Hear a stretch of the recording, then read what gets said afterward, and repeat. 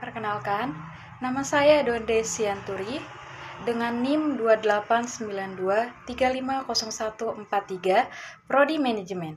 Mata kuliah Manajemen Operasional dengan dosen pengampu Bapak Hendra Permadi. Berikut saya akan mempresentasikan materi dari pertemuan 15 yang berjudul Strategi Pemasok untuk memenuhi tugas ujian akhir semester di Universitas Pancasakti Bekasi. Strategi pemasok, pengelolaan rantai pasokan atau SCM, Supply Chain Management. Pentingnya strategi SCM dibagi menjadi dua. Yang pertama ada Supply Chain Management berkaitan dengan siklus yang lengkap dari bahan mentah, dari para supplier ke kegiatan operasional di perusahaan, berlanjut ke distribusi sampai kepada konsumen. Yang kedua, hal penting yang menjadi dasar pemikiran pada konsep ini adalah mengoptimalkan nilai pada rantai pasokan yang berkaitan. Yang pertama, Supply Chain Management. Apa itu Supply Chain Management? Supply Chain Management merupakan pengelolaan berbagai kegiatan dalam rangka memperoleh bahan mentah, dilanjutkan kegiatan transformasi sehingga menjadi produk dalam proses. Kemudian menjadi produk jadi dan diteruskan dengan pengiriman kepada konsumen melalui sistem distribusi. Supply Chain Management antara lain meliputi penetapan A. Pengangkutan, B. Pembayaran secara tunai atau kredit, C. Supplier, D. Distributor dan pihak yang membantu transaksi, E. Hutang piutang, F. Pergudangan, G. Pemenuhan pesanan, H. Informasi mengenai ramalan permintaan, produksi, maupun pengendalian persediaan. 2. Supply chain membantu strategi bisnis. Bagaimana keputusan mengenai rantai pasokan berdampak pada strategi ditunjukkan pada tabel berikut. Tabel berikut dampak keputusan rantai pasokan terhadap strategi bisnis. Tujuan supplier, strategi diferensiasinya, penelitian market share, join dalam mengembangkan produk dan pilihan-pilihan. Strategi biaya rendahnya, menawarkan produk dengan biaya serendah mungkin. Strategi respon cepat untuk mengubah persyaratan dan permintaan agar stock out minimal. Kriteria pokok dalam memilih. Strategi diferensiasinya mengutamakan keterampilan mengembangkan produk. Strategi biaya rendahnya mengutamakan pemilihan biaya. Dan strategi respon mengutamakan pemilihan kapasitas, kecepatan, dan fleksibilitas. Karakteristik proses. Strategi diferensiasinya, proses mode. Kriteria pokok dalam memilih. Strategi diferensiasinya mengutamakan keterampilan mengembangkan produk. Strategi biaya rendahnya mengutamakan pemilihan biaya. Dan strategi respon mengutamakan pemilihan kapasitas, kecepatan, dan fleksibilitas. Karakteristik proses. Strategi diferensiasinya, proses modular yang mengarah pada mass customization. Strategi biaya rendahnya memanfaatkan rata-rata penggunaan yang tinggi. Strategi respon, investasi dalam kelebihan kapasitas dan proses yang fleksibel. Selanjutnya, karakteristik persediaan. Strategi diferensiasinya, minimisasi persediaan dalam rantai untuk menghindari keusangan. Strategi biaya rendahnya, minimisasi persediaan melalui rantai yang irit. Dan strategi responnya, mengembangkan sistem responsif dengan posisi buffer stok untuk meyakinkan penawaran. Selanjutnya ada karakteristik lead time. Strategi diferensiasinya, investasi agresif untuk mengurangi pengembangan lead time. Strategi biaya rendahnya lead time yang pendek selama mungkin asalkan tidak meningkatkan biaya. Strategi responnya investasi agresif untuk mengurangi lead time produksi. Dan yang terakhir, karakteristik desain produk. Strategi diferensiasinya, gunakan modular desain untuk menunda selama mungkin diferensiasi. Strategi biaya rendahnya, maksimalkan kerja serta meminimalkan biaya. Strategi responnya, menggunakan desain produk yang mengarah pada sit-up time rendah dan produksi cepat. Rantai pasokan versus strategi penjualan. Strategi rantai pasokan versus strategi penjualan untuk mencapai target keuntungan. Howley Furniture menghabiskan 60% dari penjualannya dalam rantai pasokan dan memiliki laba kotor saat ini sebesar $10.000. How ingin meningkatkan laba kotor sebesar 55 atau 50%. Ia ingin membandingkan dua strategi, mengurangi biaya material versus meningkatkan penjualan. Mendekati, gunakan tabel di bawah ini untuk melakukan analisis. Untuk penjualan, situasi saat ini biaya ada $100, strategi rantai pasokannya ada $100, strategi penjualannya ada $125.000. Biaya bahan ada $60.000 atau 60%. Strategi rantai pasokannya ada $55.000 atau 55%. Strategi penjualannya ada $75 atau di 60%. Biaya produksinya situasi saat ini $20.000 atau 20%. Strategi rantai pasokannya $20.000 atau 20%. Strategi penjualannya ada $25.000 atau 20%. Biaya tetap ada $10.000 atau 10%. Strategi rantai pasokannya $10.000 atau 10%. Strategi penjualan $10.000 sama dengan 8%. Untuk labanya di situasi saat ini $10.000 sama dengan 10%. Strategi rantai pasokannya $15, 15%. Strategi penjualannya $15.000, 12%. Strategi rantai pasok bertujuan untuk mengurangi biaya bahan baku dari $60.000 kurang $55.000. Hasil laba naik dari $10.000 jadi $15.000, naik 50%. Artinya, efisiensi biaya sebesar 8,3% menghasilkan peningkatan laba 50%.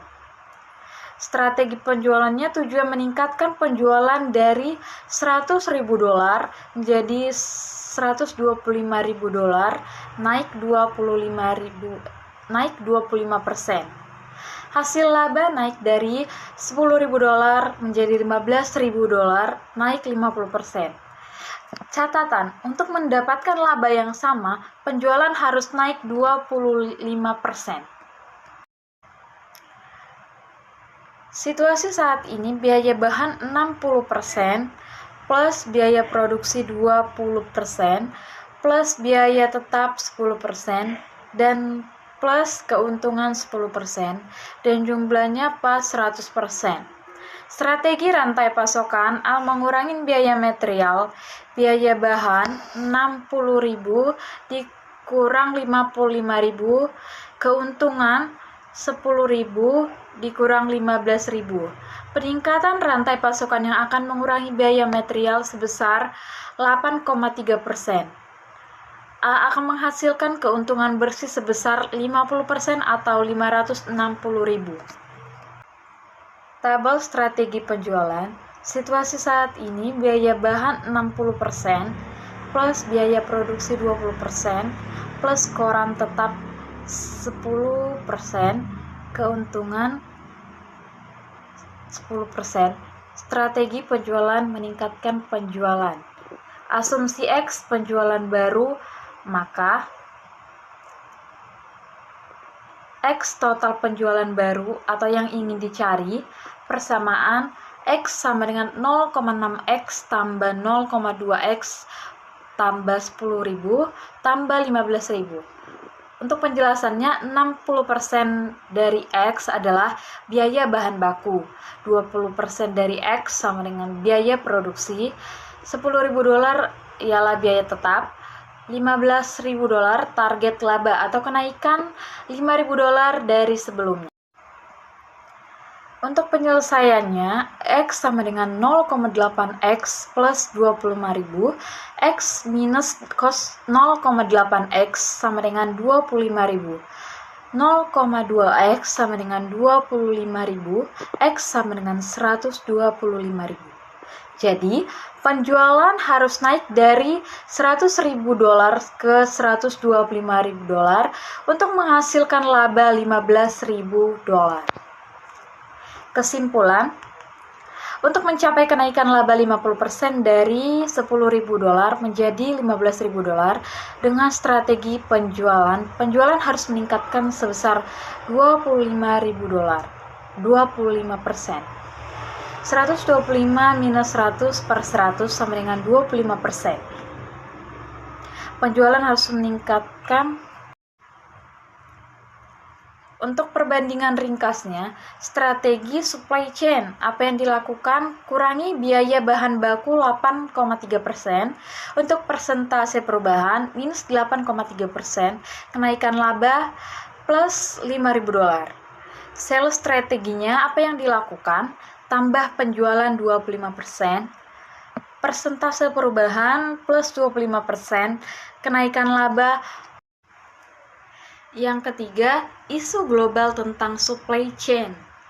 Dasar pasar global, maka perluasan rantai pasokan yang dimiliki menjadi suatu tantangan strategis.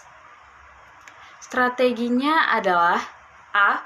Fleksibel, cukup reaktif terhadap perubahan yang ada, baik dari ketersediaan komponen, distribusi, jalur pengiriman, aturan impor, dan nilai tukar. B. Menggunakan teknologi terupdate untuk jadwal dan mengelola pengiriman komponen dan produk akhir. C. Staf yang mempunyai keahlian secara lokal mengenai cara menyikapi peraturan, perdagangan, pengangkutan, penanganan konsumen, dan isu politik. B. Pentingnya pembelian atau purchasing. Strategi pembelian yang efektif merupakan sesuatu yang vital dalam konsep supply chain management, karena porsi terbesar dari pendapatan digunakan untuk melakukan pembelian. Kebutuhan akan strategi pembelian dan penerapan strategi itu mengarah kepada dibentuknya fungsi pembelian. Yang pertama, tujuan fungsi pembelian. Pembelian berarti perolehan barang dan jasa. Tujuannya adalah A. Membantu mengidentifikasi produk, barang, dan jasa yang dapat diperoleh secara eksternal. B. Mengembangkan, mengeluasi, dan menentukan supplier, harga, dan pengiriman yang terbaik bagi produk, barang, dan jasa tersebut. 2. Fokus pembelian. Pembelian terjadi di lingkungan operasi produk barang maupun jasa. A. Dalam lingkungan operasi produk barang, fungsi pembelian dikelola oleh agen pembelian yang memegang wewenang untuk melaksanakan kontrak atas nama perusahaan. B. Fungsi pembelian didukung engineering drawing dan spesifikasi dari produk-produk yang dibuat, dokumen-dokumen yang pengendalian mutu, dan kegiatan-kegiatan pengujian yang mengevaluasi item yang dibeli. C. Dalam lingkungan jasa, peranan pembelian agak tidak begitu penting, karena produk utamanya merupakan produksi intelektual. Contoh yang dapat dikemukakan misalnya di organisasi hukum maupun kesehatan, item utama yang diperoleh adalah fasilitas kantor, perabotan, dan peralatan mobil serta perlengkapan. C. Supply chain economic. Pedagang besar maupun eceran membeli semua yang akan dijual, tetapi tidak demikian halnya untuk perusahaan manufaktur, karena banyak input yang diperlakukan perusahaan untuk menghasilkan output. Supaya operasional berjalan efektif dan efisien, maka akan dihadapkan kepada keputusan untuk membuat atau membeli serta konsep outsourcing. Yang pertama, keputusan membuat atau membeli. Adapun pertimbangan yang ada dalam keputusan tersebut adalah alasan untuk membuat. Yang pertama, biaya produksi yang lebih rendah. 2. Pemasok kurang cocok. 3. Memastikan pemasok yang memadai. 4. Pemanfaatan tenaga kerja terlebih. 5. Memperoleh kualitas yang diinginkan. 6. Menghilangkan kolusi pemasok. 7. Memperoleh item yang unik. 8. Mempertahankan bakat yang ada. 9. Menjaga rancangan dan kualitas yang memadai. 10. Mempertahankan dan meningkatkan ukuran perusahaan. Dan alasan untuk membeli, yang pertama, biaya perolehan lebih rendah. Yang kedua, menjaga komitmen pemasok. Yang ketiga, mendapatkan keahlian teknis dan manajemen. Yang keempat, kapasitas tidak memadai. Yang kelima, mengurangi biaya persediaan. Yang keenam, memastikan ada sumber daya alternatif. Yang ketujuh, kapasitas di perusahaan tidak cukup. 8. Pertukaran. 9. Item terlindungi karena hak paten. 10. Membebaskan manajemen menangani bisnis utama. Yang kedua, outsourcing adalah memindahkan aktivitas perusahaan yang dimiliki dalam konsep tradisional kepada supplier eksternal. Outsourcing merupakan tren yang kontinu yang mengarah pada efisiensi melalui konsep spesialisasi sehingga perusahaan dapat berkonsentrasi pada core competencies yang dimiliki. Perusahaan kontraktor biasanya menyediakan sumber daya yang dibutuhkan untuk menyempurnakan aktivitasnya. Sumber daya ditransfer ke perusahaan pemasok yang meliputi fasilitas, orang, dan peralatan.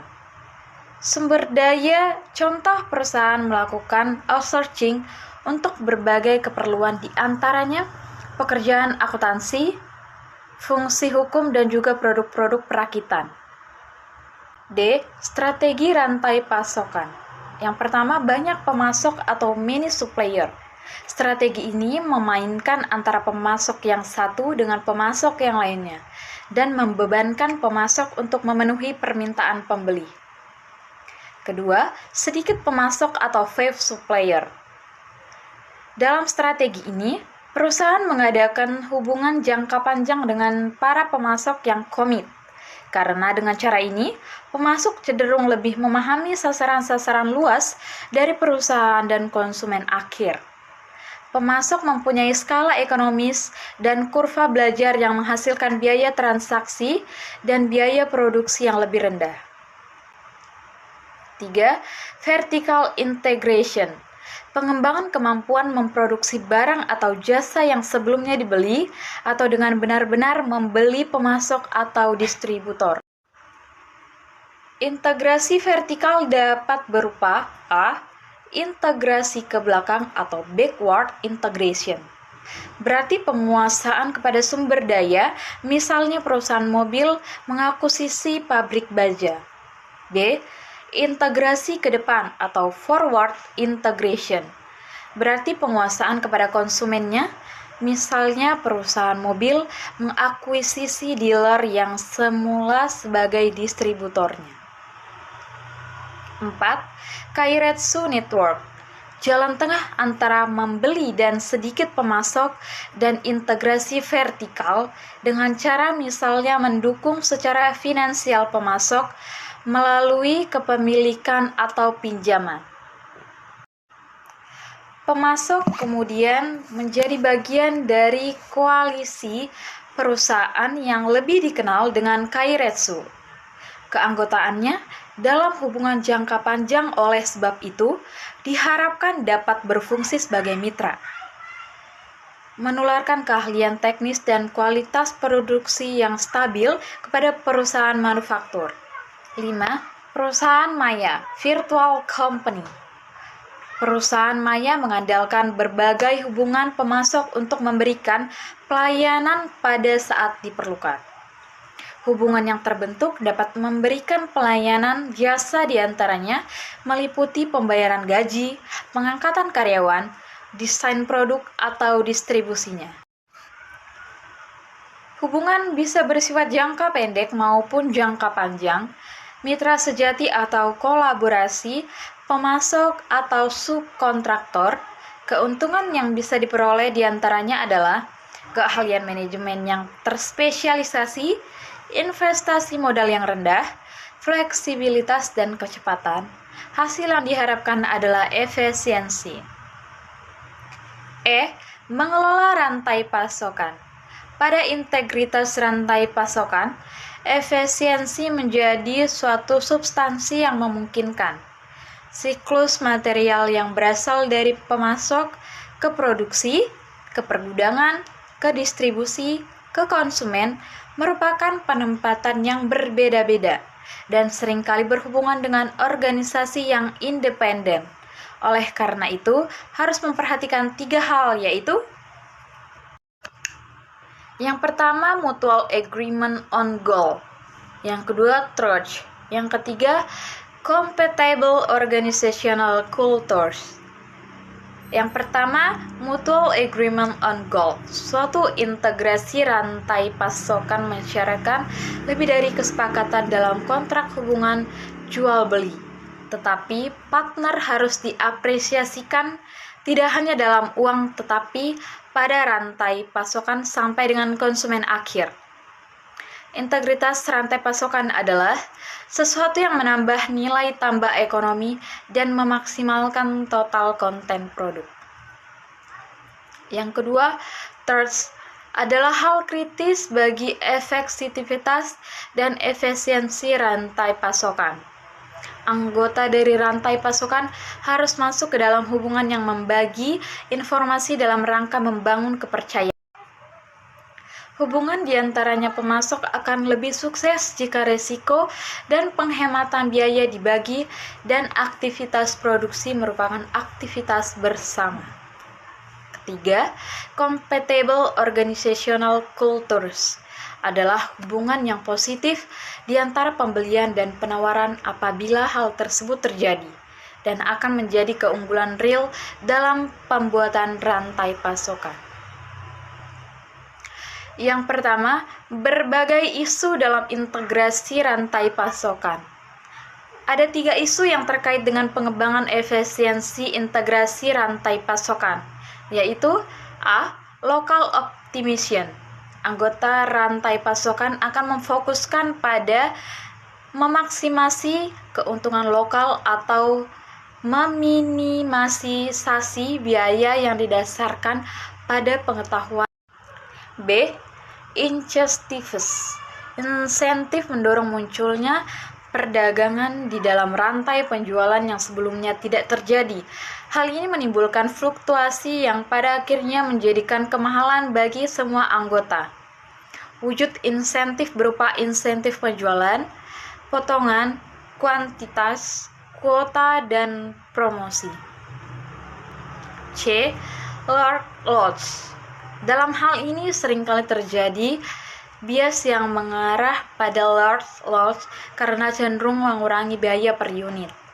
Di satu sisi, jika pengiriman dalam jumlah yang banyak, misalnya ukuran truk penuh akan mengurangi biaya per unit, tetapi tidak merefleksikan nilai penjualan sebenarnya.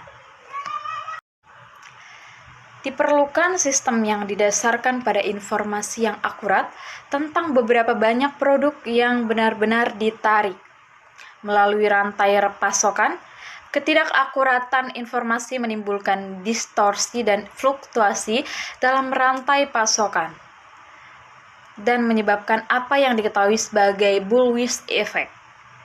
Bullwhip effect adalah fluktuasi kenaikan dalam order yang sering terjadi sebagai order yang bergerak melalui rantai pasokan yang mengakibatkan kenaikan biaya seperti inventory, transportasi, pengiriman, dan penerimaan. 2. Opportunity dalam suatu rantai pasokan yang terintegrasi.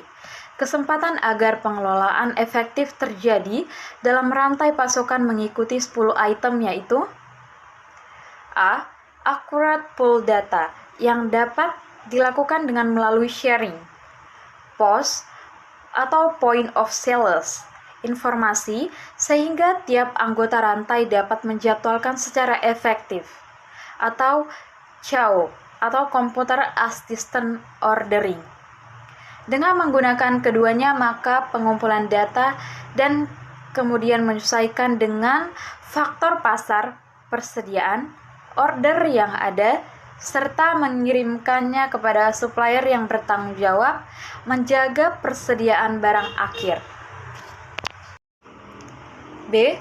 Lot size reduction dilakukan oleh manajemen yang agresif dengan cara mengembangkan pengiriman yang ekonomis, memberikan diskon yang didasarkan total volume tahunan daripada ukuran pengiriman individual, mengurangi biaya order melalui teknik order yang ada, dan variasi bentuk pembelian elektronik. C. Single Stage Control of Replenishment bertanggung jawab secara tetap untuk memonitor dan mengelola inventory untuk pengecer. Pendekatan ini mengarah pada distorsi informasi dan peramalan multiple yang menciptakan bullwhip effect. D. Vendor Managed Inventory. Beberapa supplier menjaga material bagi pembeli, seringkali mengirimkan langsung ke pembeli menggunakan departemen. E. Postponement berarti menunda modifikasi atau customization produk selama mungkin dalam proses produksi. F. Channel Assembly yaitu menunda perakitan akhir suatu produk sehingga jalur distribusi dapat dipasang. G. Dropshipping and Special Packaging berarti pengiriman langsung dari supplier ke konsumen akhir, berarti hemat waktu dan biaya pengiriman kembali. Selain itu, biayanya sertai pengemasan yang khusus sesuai kebutuhan konsumen. H. Blanket Order merupakan komitmen pembelian jangka panjang kepada supplier untuk item yang dapat dikirim dalam jangka pendek. Artinya, ordernya kosong diisi sesuai kebutuhan saja. I. Standardization yaitu pengurangan jumlah variasi material dan komponen sebagai bantuan mengurangi biaya. J. EDI atau Electronic Data Interchange adalah standarisasi format transmisi data untuk komunikasi komputerisasi di antara organisasi. F. Pemilihan vendor atau penjual. Fungsi operasional memerlukan adanya hubungan dengan vendor yang sempurna. Agar hubungan tersebut efektif, maka perlu dilakukan 3 proses, yaitu 1. Evaluasi penjual. 2. Pengembangan penjual. 3. Negosiasi. 1. Evaluasi penjual. Tahap ini mencakup kegiatan pencarian penjual potensial dan penentuan kemungkinan penjual tersebut menjadi pemasok yang baik. Penilaian dilakukan dengan mempertimbangkan berbagai variabel atau faktor yang dipertimbangkan untuk memilih penjual, yang mana tiap variabel diberi bobot tergantung pada kebutuhan organisasi. 2. Pengembangan penjual. Memastikan bahwa penjual menghargai kebutuhan akan mutu dan kebijakan perolehan bahan baku. Pengembangan dimulai dari pelatihan sampai membantu rekayasa dan produksi, juga format transfer informasi elektronik. 3. Negosiasi. Strategi negosiasi terdiri dari 3 jenis, yaitu A. Model harga berdasarkan biaya atau cost-based price model, yang mengharuskan pemasok terbuka kepada pembeli. B.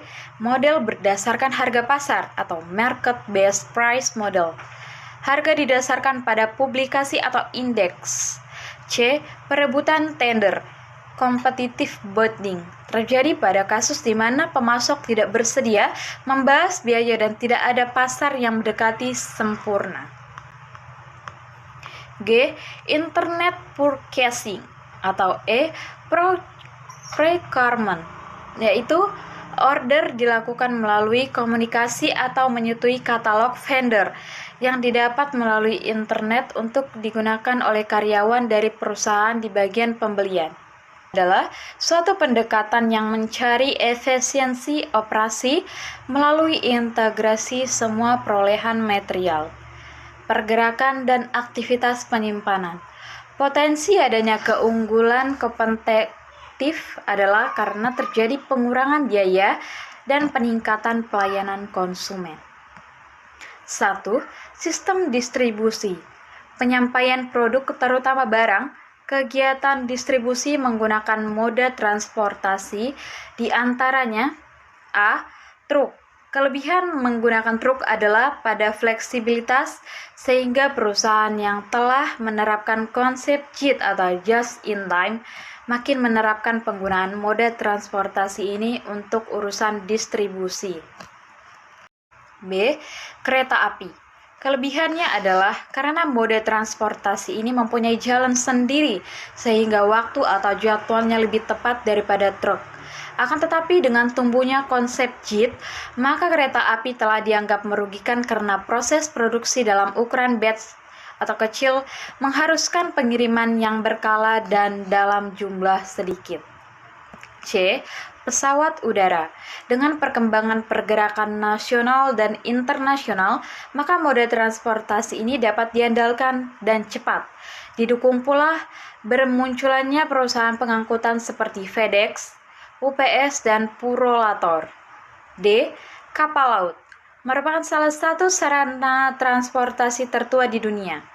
Sistem distribusi dengan menggunakan moda transportasi ini penting apabila biaya pengangkutan lebih penting daripada kecepatan.